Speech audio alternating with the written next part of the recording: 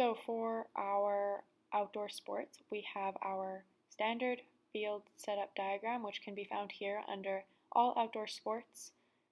If we were going to scroll down, we would see standard field setup diagram right here. We're going to click on that, and now we see bright green screen. So we have field A and B, and you'll see flag football and ultimate setup at the top there. You'll also see a bunch of yellow dots and orange dots on our screen. So those indicate how to line our field. So in your equipment packs, you will have a bunch of yellow cones and orange cones. So the yellow cones are used to line the outside of your field. Ideally, you drop these every 5 to 10 yards if possible. And then you will also have a stack of orange cones. Those are used to line the end zone itself.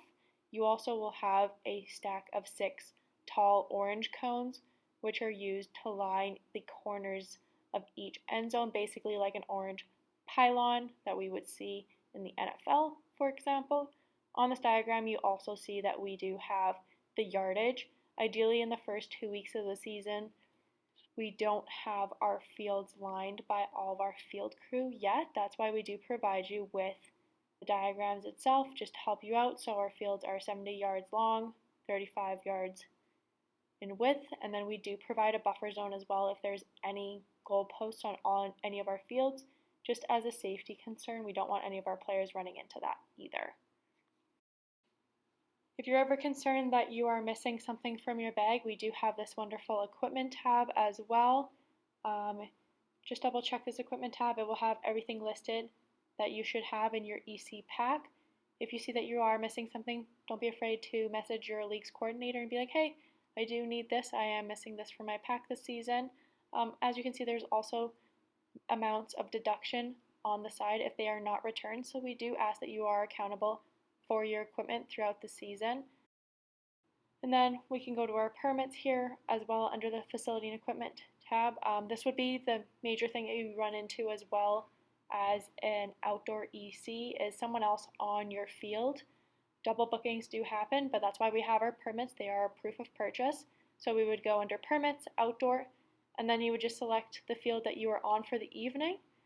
So we're going to click on our permit, and these are what they look like. Most important thing is the booking number, and if we were to scroll down, you would also see all the bookings that we do have, the dates and the times as well that we are supposed to be on the field. We also do have the times that we are supposed to be on the field on your announcements as well. But here you see the table of the location and the field setup. Please note that private facilities do not require permits, as we do book independently through them and not the City of Calgary.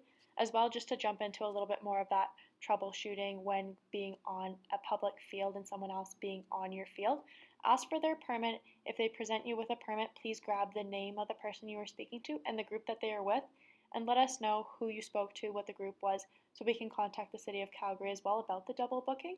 And then your best friend is Google Maps.